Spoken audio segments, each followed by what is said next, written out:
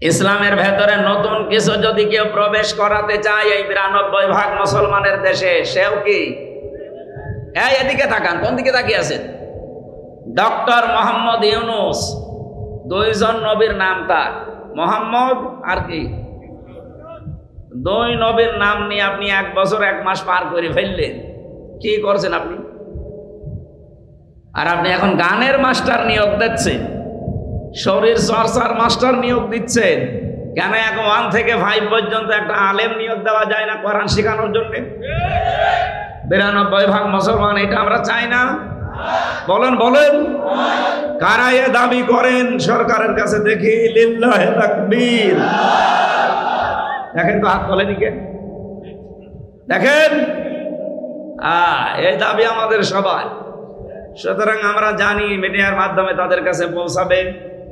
আমরা খুব তাড়াতাড়ি গানের মাস্টার যেমন নিয়েছেন, নাচের মাস্টার নিয়েছেন, শরীর চর্চার মাস্টার নিয়েছেন, 1 থেকে 5 পর্যন্ত একজন আলেম কোরআন শিক্ষার মাস্টার নেওয়া লাগবে। এটা যদি ওনার কানে নাও যায়, আরো সে চলে গেছে ইনশাআল্লাহ। এজন্য ইসলামের ভেতরে নতুন কিছু প্রবেশ করাবেন না, যা আছে ইসলাম এটাই। ঈদে মিলাদুন নবী পালন করাও জায়েজ নেই, এটা বানানোও জায়েজ নেই, এটা স্পষ্ট বেদাত। আশা করছি এ বিষয়ে সতর্ক থাকবেন। মিলাদ শব্দের শাব্দিক অর্থ যেটা, এটাও যদি মানুষ একটু মেনে চলতো, তাও তো অন্তত বলতাম যে আসেন আমরা মিলাদ পড়ি। মিলাদ মানে কি? জন্ম। মিলাদুন থেকে এসেছে। মিলাদ মানে কি? জন্ম। নবীজির জন্মের সময় যে কাহিনীগুলো আমরা দেখেছি, একটা কাহিনী আমাদের জীবনে পাওয়া যায় না। বিশ্ব নবীর জন্মের সময় সিরাত ইবনে হিশাম বলছে, নবীজি জন্মের পরে 3 জন মহিলার দুধ পান করেছিলেন। তার নিজের মা হযরতে আমিনা, 2 নম্বরে উম্মে আইমান নামে এক দাসীর, 3 নম্বরে মুহাম্মদুর রাসূলুল্লাহ দুধ পান করেছিলেন হালিমাতুস সাদিয়া রাদিয়াল্লাহু তাআলা আনহা। এ মহিলা তখনও পর্যন্ত মুশরিকা ছিল। সে নিজে বর্ণনা করছে সিরাত ইবনে হিশামে যে আমি মুহাম্মদকে কোলে তুলে আমার ডান স্তন দিলাম, সে পান করেছে, বাম স্তন দিলাম, সে মুখ বের করে নিয়েছে। যতবার মুখ লাগালাম ততবার আমার স্তন থেকে মুখ বের করে নিয়েছে। চোখের ইশারা দিয়ে যেন আমাকে জানাতে চাই, মা হালিমা জোর করেন কেন? ডান স্তন এটা আমার অধিকার ছিল, আমি পান করেছি। বাম স্তন এটা আমার অধিকার না, এটা আমার দুধ ভাই আব্দুল্লাহর অধিকার। পৃথিবীতে আমি ভাইয়ের হক নষ্ট করার জন্য আসি না, এসেছি ভাইয়ের হক ফিরিয়ে দেওয়ার জন্য। সিরাজগঞ্জবাসী, যেই নবীর জীবনী শোনার জন্য বসে আছেন, মিলাদ পড়তে আপনি পাগল। মিলাদের প্রথম তো এইটা যে মিলাদ মানে জন্ম। তিনি জন্ম নিয়ে কি করলে আপনি দেখেন, ভাইয়ের হক ফিরিয়ে দেয় মায়ের কোলে বসে। আর সেই নবীর উম্মত আমরা যারা যত বড় হচ্ছে তত ভাইয়ের হক মারার জম হচ্ছে। কি মিলাদ পড়েন আপনি? নবীজি এখানে ভাই বলতে শুধু দুধ ভাই, আপন ভাই না। আল মুসলিম আখুল মুসলিম, মুসলমান মুসলমানের। বলেন বলেন, 6টা হক তার উপরে আপনার আছে, আপনার উপরেও তার 6টা হক আছে। এই 6টা হক আপনাকে পালন করা লাগবে। 1 নম্বরে তাকে দেখলেই সালাম দেওয়া লাগবে।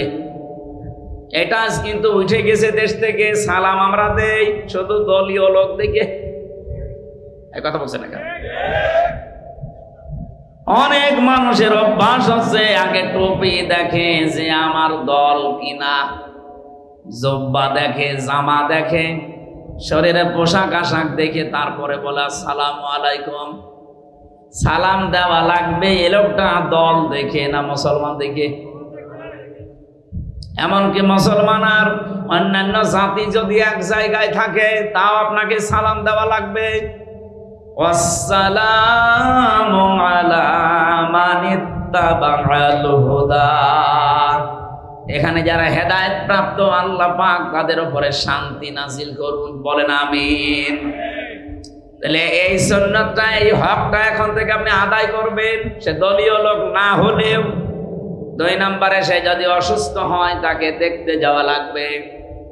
আমার তো মনে হচ্ছে এই হকটা বাংলাদেশে এখন জামাত ইসলামী 100% পালন করছে। আপনি দেখেন, হিন্দু, সে তো আমার ধর্মের লোক না, সে আমার দলেরও লোক না। এখান থেকে প্রায় 30 কিলোমিটার দূরে চলে যাচ্ছে দলীয় 8-10 জন লোক নিয়ে হিন্দু অসুস্থ তারে দেখতে। আপনি অন্য কোন দলের ভেতরে এটা যদি দেখাতে পারেন আমি সাথে যাব, চলেন। আমি তো পাই না দেখতে। আশা করছি এটা সবার আমল করা দরকার। 3 নম্বরে লোকটা যদি মারা যায়, অবশ্যই আপনি যদি সময় পান তার জানাজায় হাজির হবেন, তাকে দাফন কাফনের ব্যবস্থা করবেন। একটা মানুষ মারা গেলে তার আর ইবাদত থাকে না। ওয়াবুদ রাব্বাকা হাত্তা ইয়াতিয়াকাল ইয়াকিন। আল্লাহ পাক বলেন ইবাদত করো ওই দিন পর্যন্ত যতদিন ইয়াকিন না আসে। এখানে ইয়াকিন মানে মরণ। তার মানে আপনার ইবাদত করা লাগবে কোন দিন পর্যন্ত? মরণ পর্যন্ত। আপনার মরণ পর্যন্ত ইবাদত শেষ, এরপরে ইবাদত আরম্ভ হবে আমাদের। আমরা যারা জীবিত আছি আমাদের ইবাদত আরম্ভ হবে আপনার মরণের পর। আপনি মরে গেলে যদি আপনার দাফন কাফন না হয়, আপনার লাশ ধোয়ানো না হয়, কবর দেওয়া না হয়, এ গুনাহ আপনার হবে না, এ গুনাহ হবে আমাদের। কারণ এই দায়িত্ব কার? আমাদের। এরকম 6টা হক আমি পেয়েছি। আমি আশা করছি হাদিস পড়ার পর দেখি দেশে একেবারেই আদায় হয় না হকগুলো, অথচ মিলাদ পড়ার জন্য পাগল। আমার এটাকে নিয়ে বলবো, হুজুর আসেন আমার বাবা মরে গেছে, মিলাদ পড়ি দিন। আরে ভাই, মিলাদে তো প্রথমে এইটাই বলতাম যে হক আদায় করেন। যেই নবীর মিলাদ মানে জন্ম শোনার জন্য আপনি পাগল, সেই নবী জন্ম নিয়ে এই কাজ করেছিলেন, আর আপনি কি করেন?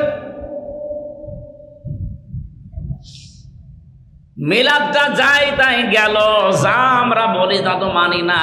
সিরাত তো আরো অবস্থা খারাপ। এ পৃথিবীতে সিরাত শুনতে হলে বিশ্ব নবী মুহাম্মদুর রাসূলুল্লাহ যেদিন নবুয়ত পেয়েছিলেন ওই দিন থেকে ইন্তেকাল পর্যন্ত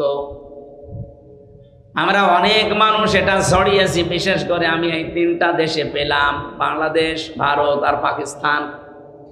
অনেকেই বলে যে আমরা নবীওয়ালা কাজ করছি, অথচ নবীজি নবী হয়েছিলেন 40 বছর বয়সে, যেদিন তিনি কোরআন পেয়েছেন সেই দিন থেকে। কথা বলেন না কেন? বলেন 1 থেকে 40 বছর পর্যন্ত তিনি কোরআন পেয়েছেন। এর আগে কেউ তাকে নবী বলে ডাকতো? বলেন। রাসূল বলতো? কি বলতো? হয়তো খুব বেশি হলেও বলতো আলামিন সাদেক। আর ওনার নাম ছিল আব্দুল্লাহ বিন মোহাম্মদ বিন আব্দুল্লাহ, এতটুকুই শেষ। ওরা আরব জাহানের ভেতর ওনার নাম যদি মানুষ জেনে থাকে, খুব বেশি হলেও জানতো হয় আলামিন সাদিক। আমার নাম ছিল মোহাম্মদ বিন আব্দুল্লাহ, আর কিছু নেই। কিন্তু উনি 40 বছর বয়স থেকে আর এতটুকু ছিলেন না। এরপরে যোগ হয়েছে মুহাম্মাদুর রাসূলুল্লাহ। তাহলে এই দিন থেকে শুরু করে যেদিন ইন্তেকাল হয়, পুরা এই 23 বছরের জীবন আপনাকে অনুসরণ অনুকরণ করা লাগবে। কি কথা বলেন না কেন? আপনি যে সিরাত শুনতে এসেছেন, সিরাত মানে জীবন চরিত্র। তার চরিত্র শুরু হয়েছিল যেই দিন থেকে তিনি নবী হলেন, রসুল হলেন। এর আগে যেগুলো ছিল মানবিক গুণাবলী, ওগুলো অর্জন করতে পারলে আপনি সোনায় সোহাগা। কিন্তু 40 থেকে 63 এই 23 বছরের 1 সেকেন্ডও বাদ দিতে পারবেন না। হ্যাঁ, উনি 17 বছর থেকে দল গঠন করেছিলেন হিলফুল ফজল। আপনি যদি নিজেকে কন্ট্রোল করতে চান যৌবনের তাড়নাকে, তাহলে হিলফুল ফজলের মতো একটা সংগঠনে আপনাকে যোগ দেওয়া লাগবে। বাংলাদেশে আমি যেটা পেয়েছি, ইসলামী ছাত্র শিবির। আপনি দেখেন, চরিত্রকে কন্ট্রোল করতে হলে এই মহা দুর্যোগের সময় ইসলামী ছাত্র শিবির ছাড়া বাংলাদেশে এখন কোন দল আপনি দেখাতে পারবেন না। কম বেশি প্রত্যেকের ভেতরে আমরা ঝামেলা পাচ্ছি, কারো চরিত্রই নেই। এমনকি কেউ ডাল খায়, বাবা খায়, বাকিটা বললাম না। আরে ভাই আমি নিজে তো বিশ্ববিদ্যালয়ে দেখেছি, বিশ্ববিদ্যালয়ের যে রুম গুলো আবাসিক রুম থেকে বের হচ্ছে সকালবেলা মদ দিয়ে কুলি করে বের হচ্ছে। আমি প্রথমে জাহাঙ্গীরনগরে চান্স পেয়েছিলাম সাংবাদিকতায়, আমার তো সুরত সিরত যা, ওই ছাতায় তো পড়া সম্ভব না। এই জন্য বছর খানিক থাকার পরে সে কোরআনে ভর্তি হয়েছিলাম কুষ্টিয়া বিশ্ববিদ্যালয়ে। আমি দেখেছিলাম ওখানে মানুষ ছাত্র মাস্টার্সে পড়ে সকালবেলা মদ দিয়ে গুলি করে এরপরে বের হচ্ছে। এটা ছাত্র। গলা বসে যাচ্ছে, কি সমস্যা? কি তাই হবে? মাইক কোথাকার?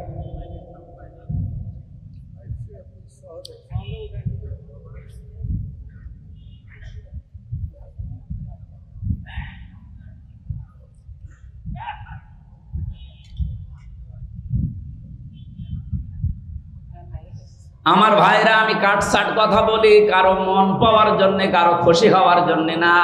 এদেশে এখন যা চলছে, আপনি যদি চরিত্রকে বাঁচিয়ে মেয়েদেরকে ছাত্র শিবিরে ছাত্রী সংস্থায় চোখ কান বুঝে দিয়ে দেন, নয়তো পারবেন না। কারণ এখন চলছে কি দেখছেন, ওপেন চলছে সব। এই কঠিন মুহূর্তে আপনার সন্তানকে আপনি বাঁচাতে পারেন শুধু এই দুইটা সংগঠনে দেন, আমি গ্যারান্টি দিব আপনি পারবেন। ঢাকাতে সেখানে নামাজ পড়াতাম জমার, একজন নাস্তিক বামপন্থী রাজনীতি করে মুরব্বী হয়ে গেছে। গোপনে একদিন এসে আমার বাসাতে কলিং বেল টিপ দিয়ে, আমি তো চেহারা দেখেই বুঝে ফেলেছি যে এই শয়তান মার্কা লোক, কারণ চেহারা দেখলে কিছু বোঝা যায়। দাড়ি গোপ কিচ্ছু নেই। আমার এখানে এসেছে, তাও সিগারেট খেয়ে ফেলে দিল, দেখলাম সিসি ক্যামেরায় সব দেখা যাচ্ছে। হুজুরের কাছে একটু মানুষ দোয়া দরুদ পড়িয়ে আসে, ও দোয়া দরুদ নেই, সিগারেট টানতেন। নাস্তা করালাম, কি আপনার কি সমস্যা? বলছে আপনি তো আমাদের ইমাম, আমি নামাজ পড়তে আসি অনেক দূর থেকে, জমান নামাজ। আপনি একটা শিবিরের কোনো দায়িত্বশীল ছেলেরে খুঁজে দেন, আমার মেয়েটাকে প্রাইভেট পড়াবো। মেয়ে আমার বিশ্ববিদ্যালয় সেকেন্ড ইয়ারে পড়ে। চিন্তা করলাম এত বড় মেয়েকে পড়াতে চাই শিবিরের ছেলের কাছে। পরিচয় নিলাম পড়াটা, দেখলাম উনি বামপন্থী রাজনীতি করে মুরব্বী হয়ে গেছে একেবারে। আমি ওনারে বললাম সত্যি কথা বলেন তো, বাংলাদেশে প্রায় ৭৫টার উপরে দল এখন কাজ করছে, ৭৩টার উপরে বিভিন্ন দলের ছাত্র সংগঠন আছে তাদের। আপনি কোন দলের নাম বললেন না, ছাত্র শিবিরের ছেলে খুঁজতে চান কেন? আমারে বলছে হুজুর অন্য কোন দলের ছেলে মেয়ের ছেলেদের কাছে যদি মেয়ে পড়তে দেয়, দেখা যাচ্ছে মেয়ে নিয়ে চলে যাবে। কিন্তু শিবিরের ছেলের ওপর আমার এই ভরসা আছে, অন্তত মেয়ে নিয়ে পালাবে না। এর চাইতে আপনি আর কি চান? আজকে একটা টক শো দেখছিলাম আসার সময়, সবচাইতে বড় দল বলে যারা লাফায় না, তাদের একজন কেন্দ্রীয় নেতা, সে বলছে আমার 2 জন ভাতিজা ঢাকা বিশ্ববিদ্যালয়ে পড়ে, তারা ওই ডাকসুতে শিবিরকে ভোট দিয়েছে। আমি জিজ্ঞাসা করলাম যে তোরা আমার ভাতিজা, তোরা শিবিরকে ভোট দিলি মানে? 2 জন ভাতিজা নির্দ্বিধায় বলে দিচ্ছে, চাচা শিবিরের এই ছেলেরা আমাদেরকে খাবারের পানির ব্যবস্থা করে দিয়েছে, অন্য কোন দলের ছাত্র সংগঠন এটা করে নাই। মেয়েদের প্রতি তাদের যে রেসপেক্ট, যাদের যে সম্মান, এটা আমরা অভিভূত হয়ে গেছি। এই জন্য আমরা জেনে শুনে ভোট দিয়েছি। বলেন সুবহানাল্লাহ। আমি যে দৃশ্যগুলো এখন দেখতে পাচ্ছি, বিশেষ করে ডাকসু আর জাকসুর পরে, কালকে আমি রাজশাহীতে ছিলাম, আমি দেখেছি রাজশাহী তো এক চান্সে যাবে, চট্টগ্রাম তো আরো আগে যাবে, কারণ সারা বাংলাদেশের ভেতরে সবচাইতে ঘাঁটি চট্টগ্রাম। এরপরে আমার কুষ্টিয়া, ওটা তো আরো বড় ঘাঁটি। আপনি কোথায় বাদ দেবেন? কিছুদিন পরে দেখেন কিছু মানুষ বলতে আরম্ভ করবে আমরা নির্বাচনই চাই না। আমাদের এক মুরব্বী আপা আছে, ব্যারিস্টার, আমি নাম নিলাম না, উনি আজকে বলছিল যে বিএনপি আমরা কোনোদিন এই ডাকসু নির্বাচন চাইনি, এটা আমাদের উপরে চাপিয়ে দেওয়া হয়েছে। আমার তো মনে হচ্ছে মহিলা কয়দিন পরে এইটাও বলবে যে জাতীয় নির্বাচন আমরা চাইনি, চাপিয়ে দেওয়া হয়েছে। আমি আন্দাজে বলি না, আমি একটা থিওরি দেখে বলছি।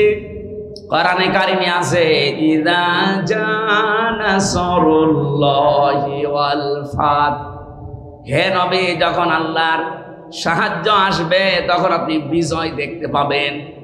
বিজয় যদি কেউ আল্লাহর দেখতে পায় 9টা জিনিস সে দেখতে পাবে। কয়টা? আরো জোরে বলেন। এখানে আল্লাহ একটা একটা করে অনেকগুলো দিচ্ছেন, আপনি তাকান। কোরআন শরীফ পড়ে আমি এই 9টা পেয়েছি যে বিজয় যদি দেখতে পান আপনি এই 9টা জিনিস অবশ্যই দেখতে পাবেন। ওয়ারাইতান নাসা ইয়াদখুলুনা ফি দীনিল্লাহি আফওয়াজা, হে নবী আপনি দেখবেন দলে দলে পালে পালে মানুষ ইসলামে প্রবেশ করছে। আগস্টের 5 তারিখের পর থেকে তো ছিল কম বেশি, ডাকসুর পরে এই 9 সেপ্টেম্বরের পরে দেখেন মানুষ দলে দলে আরম্ভ করেছে। এই কথা বলেন না কেন? এই 7 দিনের জরিপ দেখছেন 9 থেকে 17, মাত্র এই 7 দিনে বাংলাদেশে কত মানুষ অলরেডি ইসলামে সব ফেলে দিয়ে চলে এসেছে। গত শুক্রবারে আমার হাতে প্রায় 18 জন, তাও মোড়ল সব এলাকার। ওরা এসে বলছে হুজুর এতদিন আমরা মানুষের তৈরি করা আইনের পক্ষে ছিলাম, এখন কি যেন মনে হয়ে গেল এই ডাকসু নির্বাচনের পরে মনটাই পাল্টিয়ে গেল।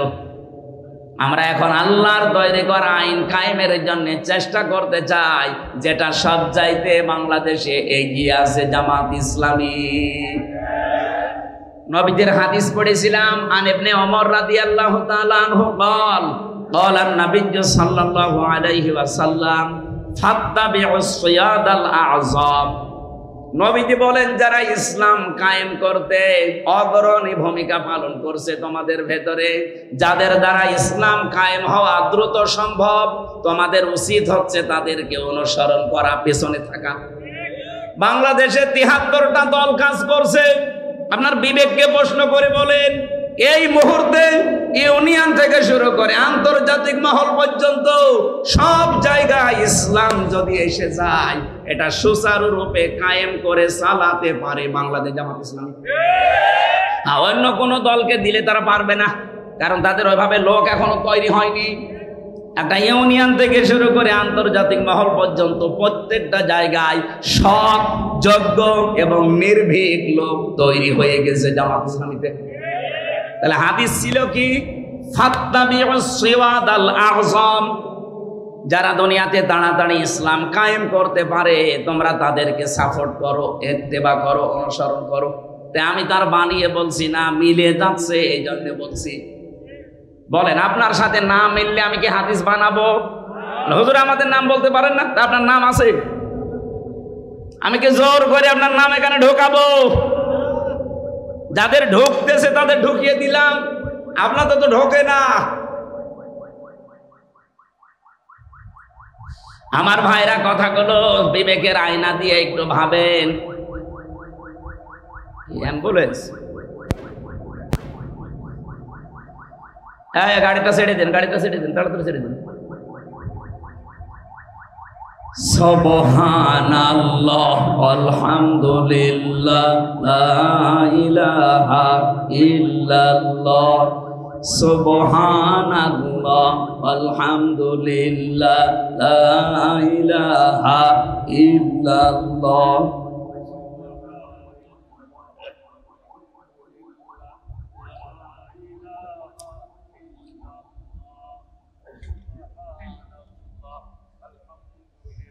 এখানে একটু নড়াচড়া কম করবেন।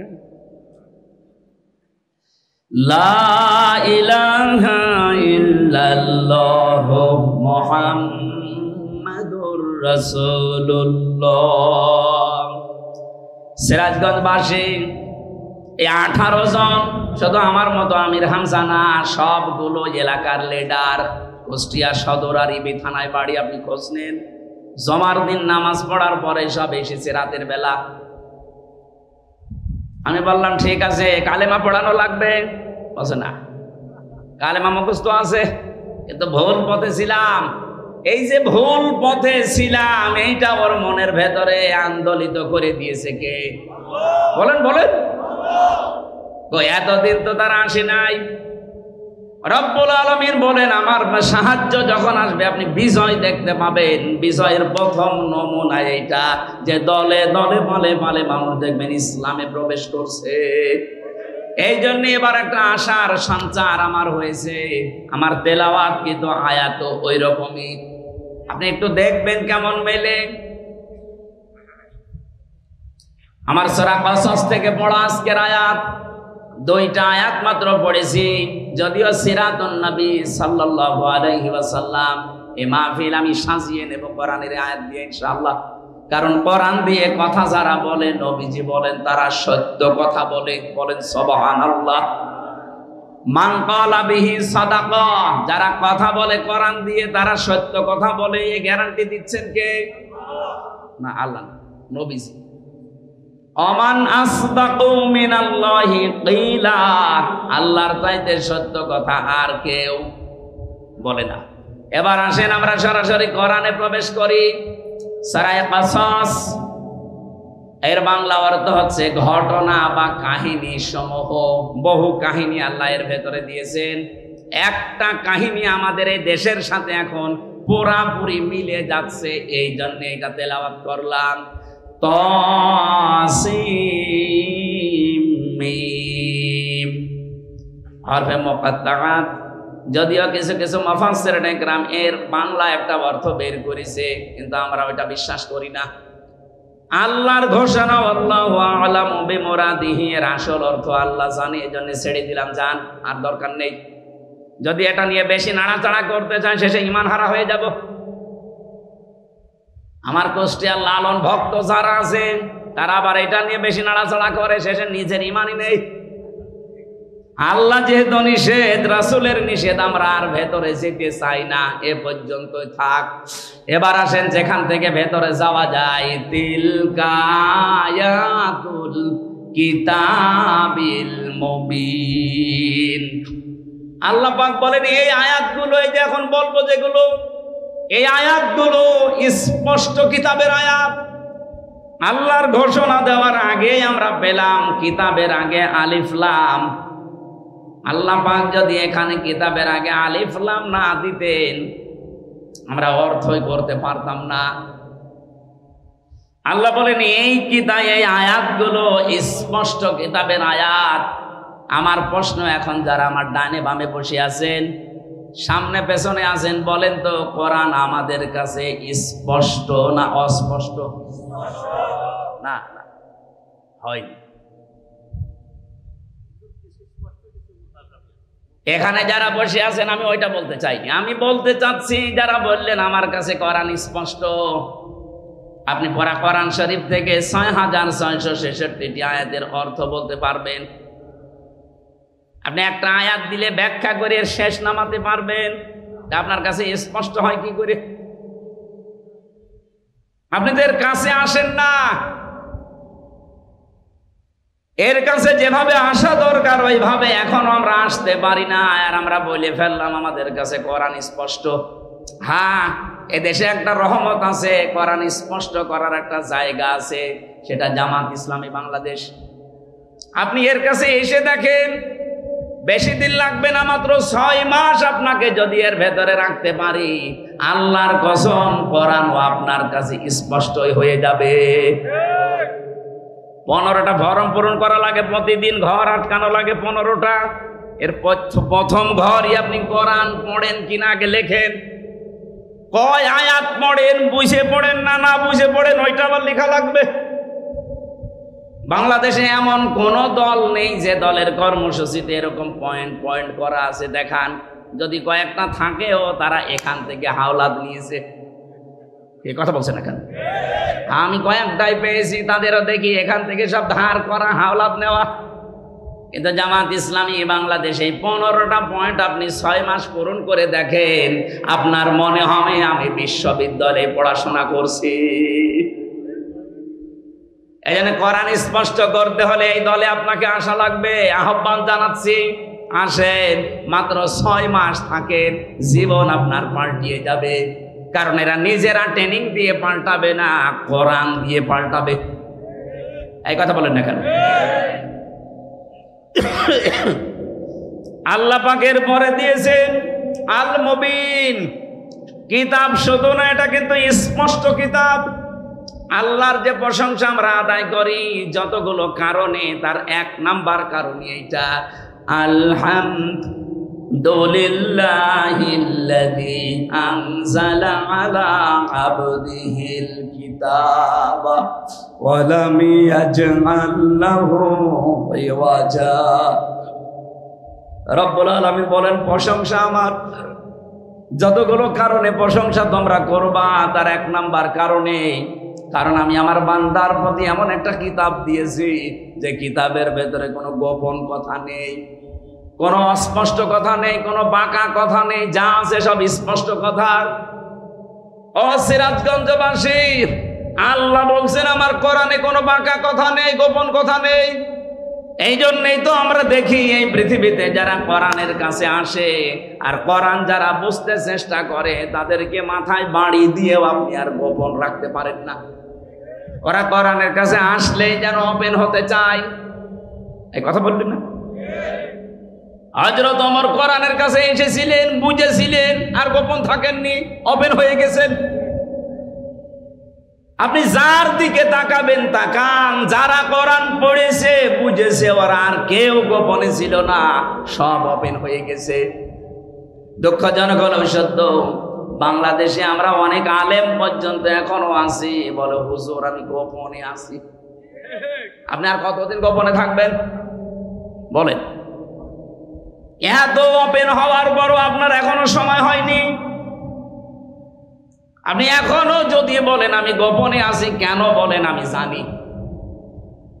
সেদিন আমাকে ঢাকা থেকে একজন বলছিল, হুজুর যেভাবে কথা বলা আরম্ভ করেছেন, আমারও মনে চাই আমি স্পষ্টভাবে প্রকাশ্যে কোরআনের পক্ষে কাজ করি। তো মনের ভেতরে একটা ভয়, যদি এবার ইসলাম না আসে তাহলে আমার ইমামতি থাকবে তো। আরে শয়তান, ইমামতি নিয়ে আসে। আর আপনার কাছে কেন এমন মনে হয় এখনো যে ইসলাম এবার আসবে না? বলেন, কোন ছেলে যদি মাইক হাতে নিয়ে এলাকার মানুষকে বলে যে আমার বাবার জমি আমি পাই কি না পাই, আমার সন্দেহ লাগে, ওটা কি বৈধ সন্তান না অবৈধ? আরো জোরে বলেন। লোকজন বলবে না যে তোর বাবার সম্পত্তি তুই পাবি না, মানে এলাকার লোক পাবে। 92% মুসলমান এই দেশে, যে ঝড় উঠেছে। আরে শুধুমাত্র সিরাজগঞ্জের এই সদর থানা না, সারা বাংলাদেশের 630টা থানায় আমার কম বেশি এখন যাওয়া। আমি দেখছি সারা দেশে যেভাবে ঝড় উঠেছে, ইসলাম এবার সংসদে যাবে ইনশাআল্লাহ। হ্যাঁ, কিছু চাপাবাজ আছে, ওদের চাপাবাজও বন্ধ হয়ে যাবে। এখনো পর্যন্ত ওদের মুখ জোর কমে না।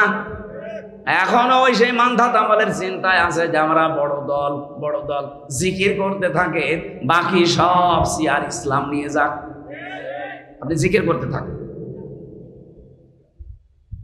এখনো পর্যন্ত জোশ চাপিয়ে দেওয়ার অভ্যাস আপনার গেল না।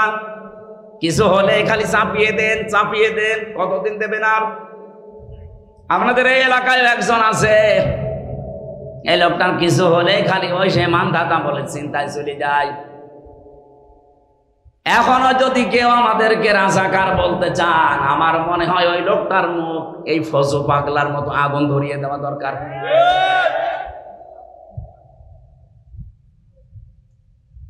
আমাদেরকে রাজাকার বলে যদি এই দেশে এখন দাবিয়ে রাখতে চান, আমাদের মাত্র 37 জন রাজাকার ছিল, আর আপনারা যারা বলেন তাদের 1040 জন। ঝাঁঝর যদি সইকে বলে তোর পেছনে ফোঁটা, কি করবেন বলেন তো? সইয়ের পেছনে ফোঁটা কয়টা? আর ঝাঁঝরের আপনার 1040 জন। লজ্জা করেন আপনার? এখন থেকে আর কোনো কথার জবাব দেওয়া হবে না, জবাব নেওয়া হবে। ইমান দাদা বলে চিন্তা যেই করবে তার কোনো কথার জবাব আমরা দেব না, জবাব আমরা চাই। আপনার 1040 জন, আপনার লজ্জা লাগে না?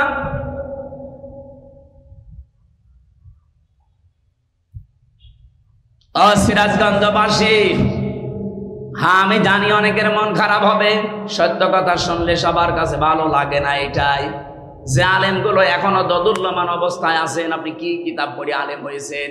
কোরআন বলছে আয়াতুল কিতাবিল মুবিন, এটা স্পষ্ট কিতাবের আয়াত। যারা এর কাছে আসে পড়ে তারা স্পষ্ট হতে চায়, ওপেন হতে চায়। আর আপনি এখনো বলেন যদি পাস না করি আমার ইমামতি থাকবে। তো এই জন্য গোপনে আসি। থাকেন আপনি গোপনে। ইসলাম এবার আসবে, হয় আপনাকে নিয়ে না আপনাকে বাদ দিয়ে। এই কথা বলেন, ইসলাম এবার আসবে, হয় আপনাকে নিয়ে আসবে না আপনাকে বাদ দিয়ে আসবে। আপনাকে নিয়ে আসলে ভালো।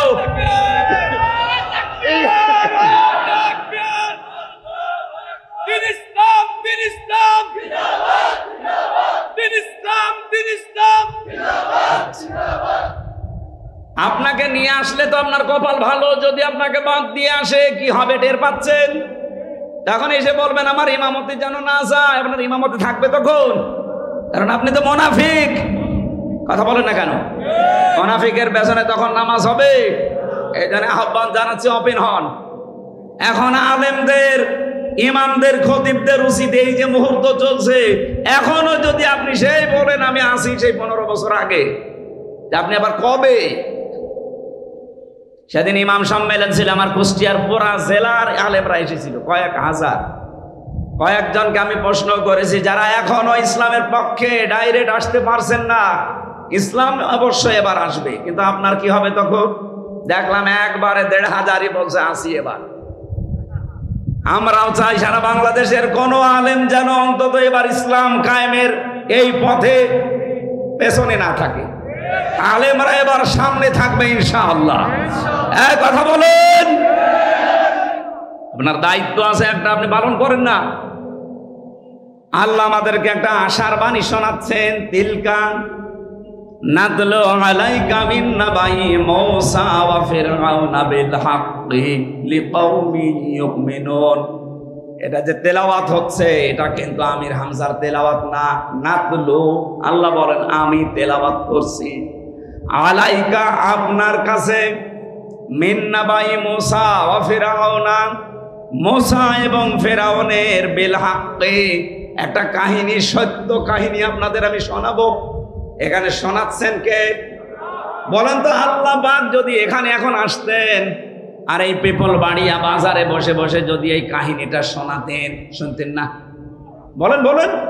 আরে উনি শোনাতেন, উনি এখন আসতে পারছেন না, ওনার মানায় না এটা, এই জন্য আমির হামজাকে দিয়ে অ্যাডভার্টাইজ করাচ্ছে। আল্লাহ বলেন আমি যথাযথভাবে একটা কাহিনী, একটা ঘটনা তোমাদেরকে শোনাবো। লিকাওমি ইউমিনুন, যারা বিশ্বাসী তাদের জন্য আমি এই ঘটনাটা শোনাচ্ছি। কি ঘটনা শোনো? ইন্না ফিরআউনা আলা ফিল আরদি, অবশ্যই এই জমিনে একজন ফেরাউন ছিল। কি ছিল? বলেন বলেন। এই ফেরাউন ছিল কেমন? সে ছিল সীমা লঙ্ঘনকারী, সে ছিল ফ্যাসিস্ট, সে ছিল এই পৃথিবীতে ওলু প্রকাশকারী। আল্লাহর সীমা পার হয়ে সে চলে গিয়েছিল।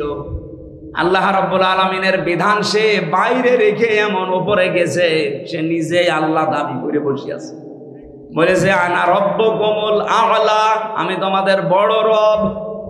এই ঘোষণাটা এস্টাবলিশ করার জন্য ও যা যা হাতে নিয়েছিল, ও শুধু ওই জামানায় হাতে নেয়নি, কিয়ামত পর্যন্ত বহু ফেরাউন দুনিয়া আসবে, তারা ওইটা ওইটা হাতে নেবে। কি নিয়েছিল আপনি বলেন তো?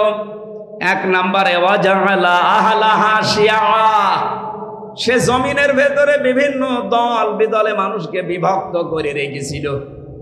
এই 54 বছরে আমার মনে হয় বহু ফেরাউন এইটা করেছে।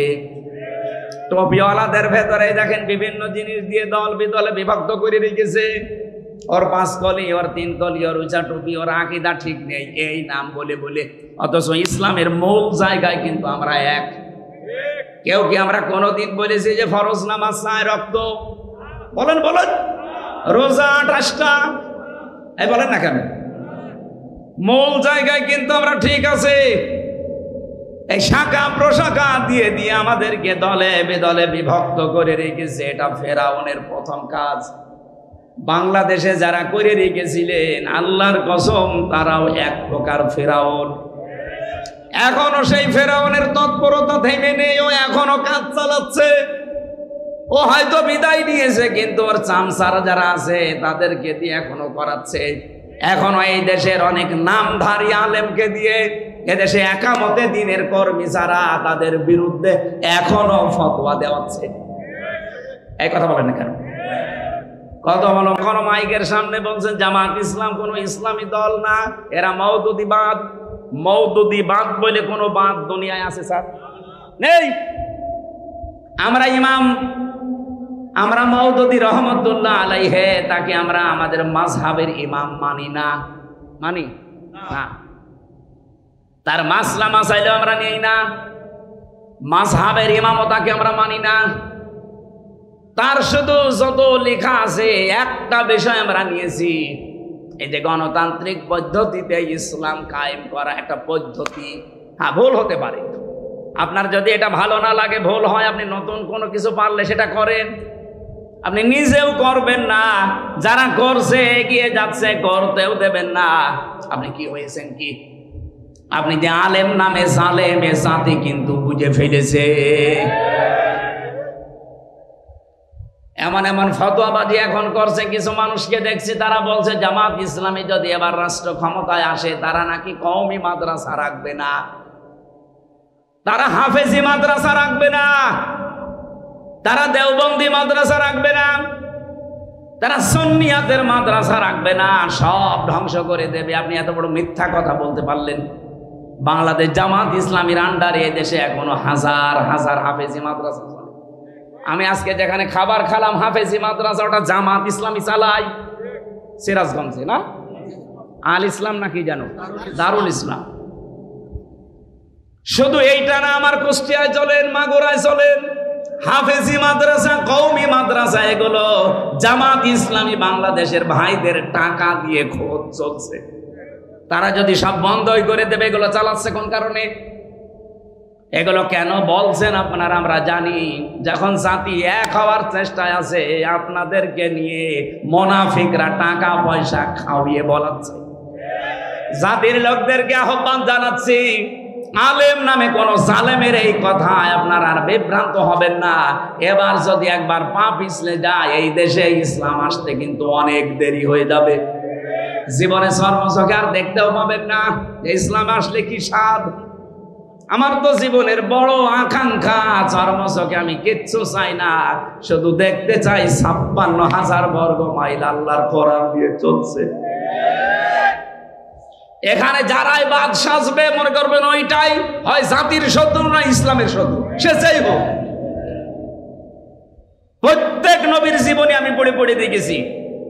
যতগুলো নবীর জীবনী আমার সামনে এসেছে, শুধু ২ জন নবীর জীবনী বাদ দিয়ে প্রত্যেকটা নবীর জীবনে আমি এটা পেয়েছি। হ্যাঁ, একটা হযরত আদম আলাইহিস সালাম আর হযরত সুলাইমান আলাইহিস সালাম, এই ২ জন নবীর জীবনী বাদ দিয়ে কোন নবীর জীবনী আমি পাইনি যে এই নির্দেশ ছিল না আনাকিমুদ্দিন, যে দিন কায়েম করো। প্রতিটি নবীর জীবনে এই আদেশ ছিল যে আনাকিমুদ্দিন, দিন কায়েম করো, ওয়ালা তাতাফাররাকু ফি, এখানে ফতোয়াবাজি করবা না। আপনার কত জায়গায় কত কিছু হয়ে যাচ্ছে, ফতোয়া দেন না। দিন কায়েমের জন্য মানুষ সব এখন এক জায়গায় হওয়ার চেষ্টায় আছে, আর আপনি একবার ফতোয়া দেওয়া আরম্ভ করে দিলেন। আপনাকে দিয়ে আল্লাহ এই কাজ করাবে না। এই আয়াতের পরবর্তী শব্দে আপনি দেখবেন আছে কাবুরা আলাল মুশরিকিনা মা তাদউহুম ইলাইহি। হে নবী, আপনি যেদিকে মানুষকে ডাকেন যে আসো আল্লাহর বিধান কায়েম করি, এই সত্যি করে বলেন, এটা রেকর্ড হচ্ছে। বাংলাদেশ জামাত ইসলামী কোনদিন বলেছে আমরা মওদুদির বিধান কায়েম করতে চাই? বলেন বলেন, কেউ যদি বলতে পারেন বুকে হাত দিয়ে বলেন।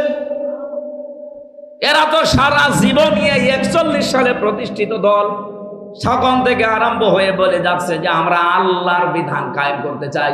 আরে ভাই, পদ্ধতি ভুল হতে পারে, আমি তো বারবার বলছি, কিন্তু তাদের মনে তো এইটা আছে যে আমরা আল্লাহর বিধান কায়েম করতে চাই। কোনদিন তারা বলেছে এ পর্যন্ত ভগবানের বিধান চাই, আমরা বাবার বিধান চাই। কোন কারণে এই দোষ চাপিয়ে দেন বলেন? এটা তো কাফেরদের স্বভাব। প্রত্যেকটা নবীর জীবনে এটা ছিল। আল্লাহ বলেন, হে নবী, আপনি মানুষকে ডাকেন এই দিকে, আমি জানি, কিন্তু আপনার এই ডাক শোনার পরে রাগ হবে, মন খারাপ হবে। কাদের? আলাল মুশরিকিন, মুশরিকদের। সুতরাং বাংলাদেশে আমরা যেখানে দিন কায়েম করার কথা বলি, যারা রাগ করেন, মাস্ট বি আপনি একটু খোঁজ খবর নিয়ে দেখেন ওই লোকটার দ্বারা কোনো না কোনো ভাবে শিরিক হচ্ছে। আর শিরিক হলে লোকটা কি? মুশরিক। বলেন বলেন।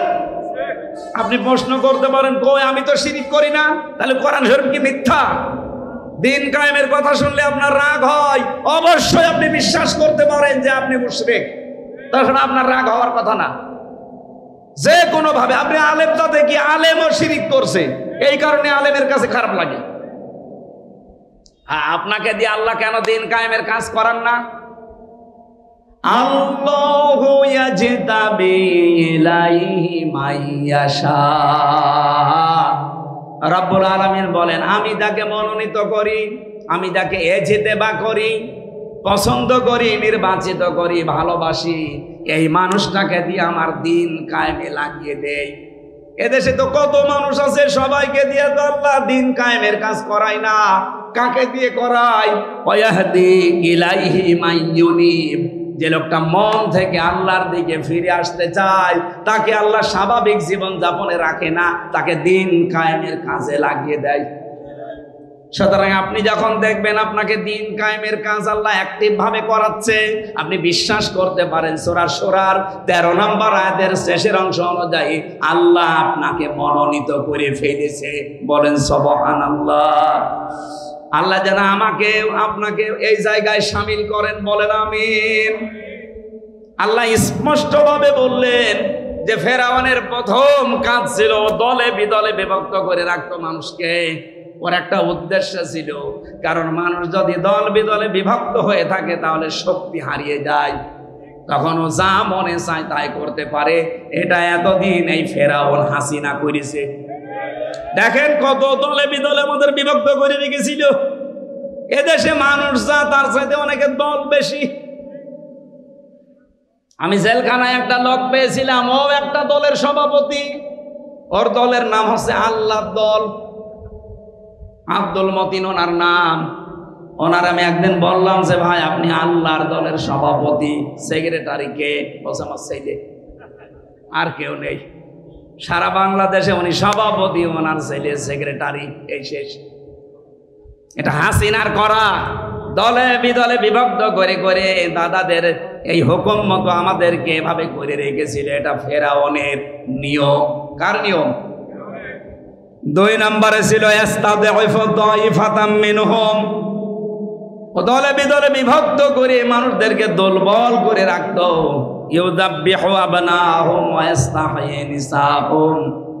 সে ওই দেশের পুরুষদেরকে মেরে ফেলতো, মেয়েদেরকে বাঁচিয়ে রাখতো। এই আয়াতের 2টা তাফসীর হয়। 1 নম্বরে ওই জামানায় ফেরাউন বহু পুরুষ বাচ্চাকে মেরে ফেলেছিল, কোনোদিন শোনেননি?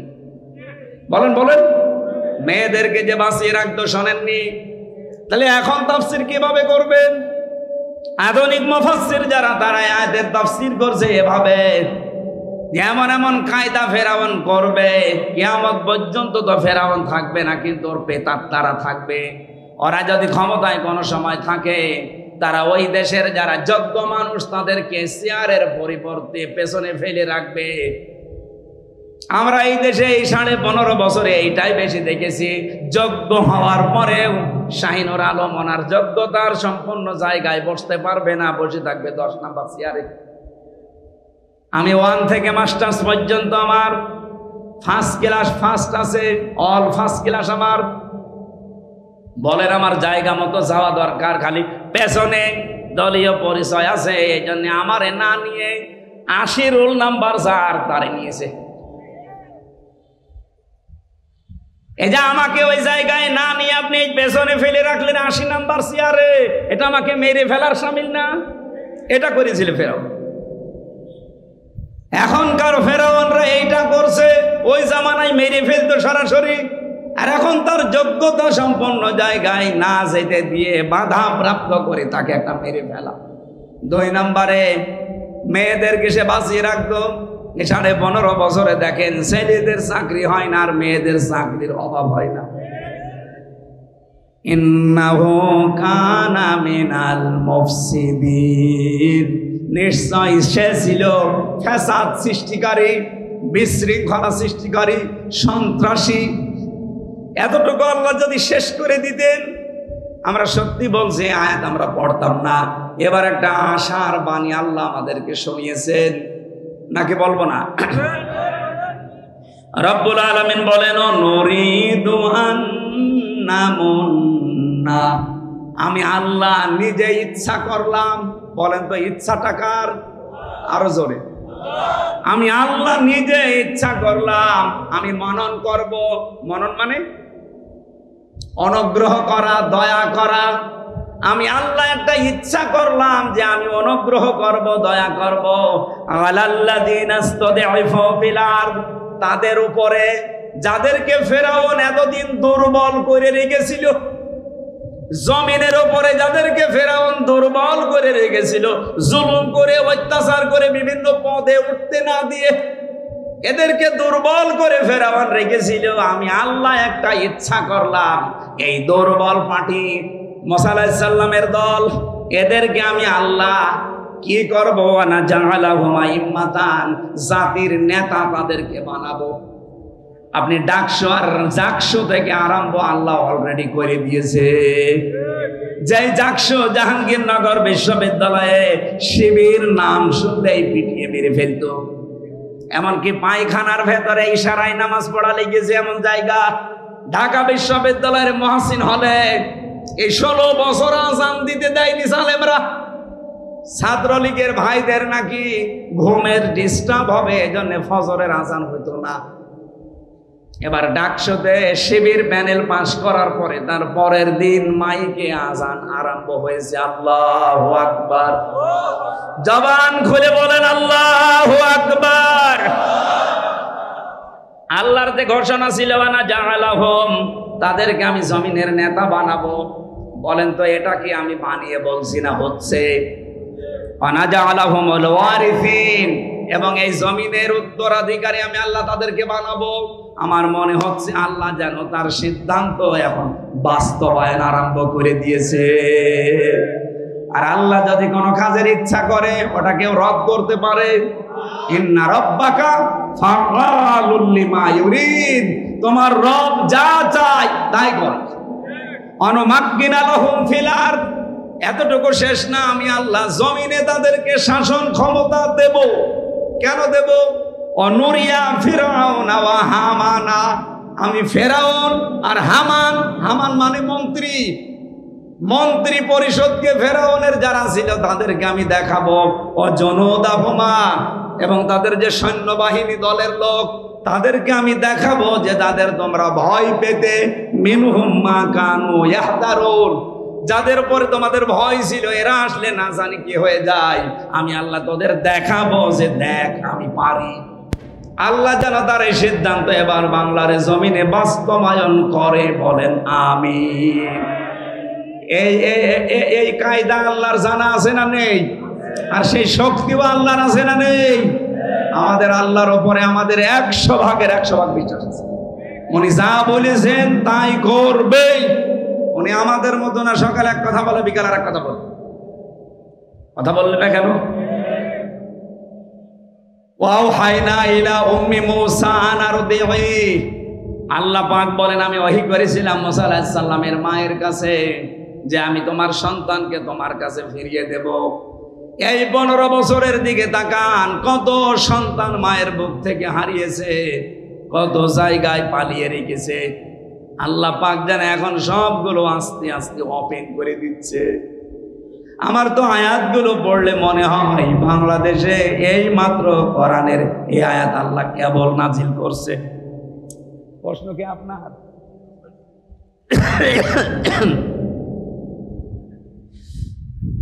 এ দেশের মুসলিম হিসাবে ভোট দেওয়া কতটা জরুরি, এটা ফরজ। এখন যে অবস্থা চলছে এটা ফরজ।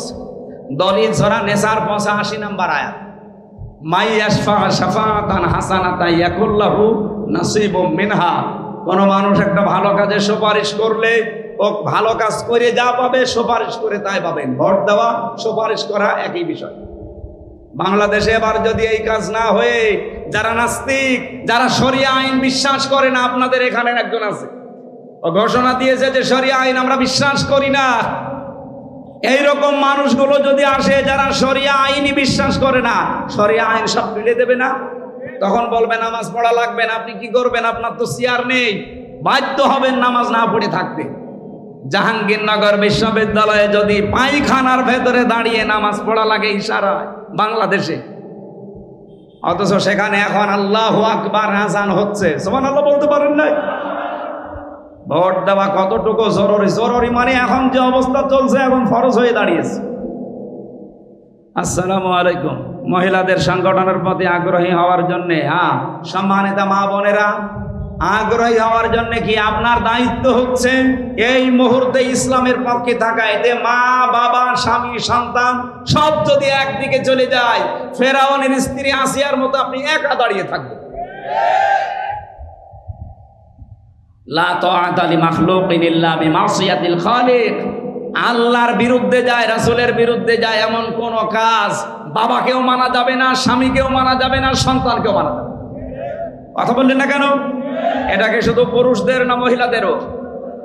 আমি যে হাদিস পড়েছিলাম মুআয ইবনে জাবাল থেকে, ইয়েমেন দেশে যখন গভর্নর করে নবীজি পাঠাচ্ছিলেন এই সাহাবীকে, ঘোড়ার রাকাবের ভেতরে অলরেডি পা দিয়ে দিয়েছে। নবীজি বললেন, শোনো, এমন একটা দেশে তোমারে পাঠাচ্ছি, যেহেতু দায়িত্বে আছো এই জন্য বহু মানুষ হাদিয়া তোফা নিয়ে আসবে কাজ সিদ্ধি করার জন্য, কাজ উদ্ধার করার জন্য। হাদিয়া নিতে পারো, ওই পর্যন্ত যতক্ষণ হাদিয়া থাকবে। যদি ওটা ঘোষের পর্যায়ে পড়ে জীবনও নিতে পারবে না। আমার মনে হয় সেই অবস্থা এখন পৃথিবীতে নেই। এতটুকু নবীজি শেষ করে দেননি। বিশ্ব নবী বলেন, হে মুআয ইবনে জাবাল, ইসলামের কাঁটা কিন্তু নড়তেই থাকবে, বাতাসে নড়বে। ধর্মের কল কিসে নড়ে? বলেন বলেন। এমন একটা সময় এসে যাবে এবার উম্মতের ওপরে, আলা ইন্না রিহাল ইসলামি দাইরাতুম ফাদুরু মাআল কিতাবি হাইসু দার, আলা ইন্নাল কিতাবা ওয়াস সুলতানা লা ইফতারিকান। এইদিকে তাকা। আলা সাবধান, ইন্নাল কিতাবা নিশ্চয় কিতাবের ভেতরে মানে কোরআন শরীফের ভেতরে, আল ফুরকানা, আলা ইন্নাল কিতাবা ওয়াস সুলতানা, সুলতান মানে রাজত্ব, রাজনীতি। নবীজি বলেন, মুআয ইবনে জাবাল ভালো করে শোনো, এমন একটা সময় সামনে আসবে আমার উম্মতের ভেতরে বহু মানুষ তারা আল্লাহর কোরআন আর রাজ্য রাজনীতি আলাদা করে ফেলবে। এটা কি ১৫০০ বছর আগের কথা এখন মিলছে না? এই কথা বলেন না কেন? এ পর্যন্ত তো শেষের পরে আছে, ফালা তুফারিকুল কিতাব, সাবধান উম্মতেরা, কোনদিন আল্লাহর কিতাবের কোরআনের রাজনীতি থেকে নিজেকে আলাদা করবা না। সুতরাং এখন যে যা ফতোয়া দিক, কেউ যদি আমাদেরকে ধর্মান্ধ বলে, কেউ যদি বলে ধান্দাবাজ, কেউ যদি বলে রাজনীতি করে, শুধু যে যা বলে বলুক, পেছনে কুকুর ঘেউ ঘেউ করবে করুক, কারোর দিকে তাকানোর দরকার নেই। আমাদের একটাই টার্গেট থাকবে, ইসলাম এবার সংসদে নেবই। আমার এখন প্রতিটা গণসংযোগে প্রায় হাজার হাজার মানুষ শুধু মোসাফা করার জন্য। আমার তো মনে হচ্ছে এক একটা গণসংযোগে কমপক্ষে একটা মাহফিল হয়ে যায়। ওদের এখন সবার আওয়াজ, যাবো রে সংসদে যাব। ইনশাল্লাহ যে আওয়াজ তুলছে সারা দেশ, আশা করছে এবার কোরআনে কারিমকে আমরা জায়গা মতো নিয়ে যেতে পারবো। একবার নিয়ে যেতে দেন, কিয়ামতের আগে ইসলামের কাছ থেকে কোনো জালেম, কোনো মুনাফিকার এই দেশ আর নিয়ে নিতে পারবে। কারণ অন্য যারা আছে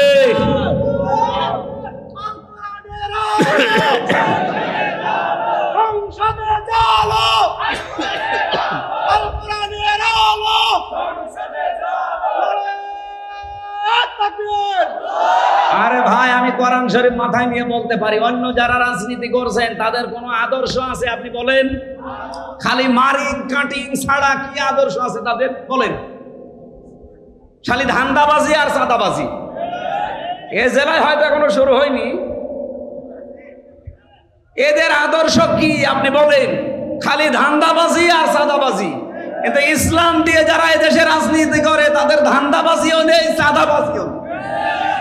আমি প্রথম শব্দেই বলেছিলাম জামাত কর্মী, সমাজ কর্মী। আল্লাহ রাব্বুল আলামিন, আমরা একটা একটা করে বলতে পারতাম, গলা বসে যাচ্ছে, সকালবেলা থেকে 5-6টা করে অনুষ্ঠান। যতটুকুই বলেছি আল্লাহ জানে আয়াতগুলো আমাদেরকে এবার দেখান। আরো জোরে বলেন।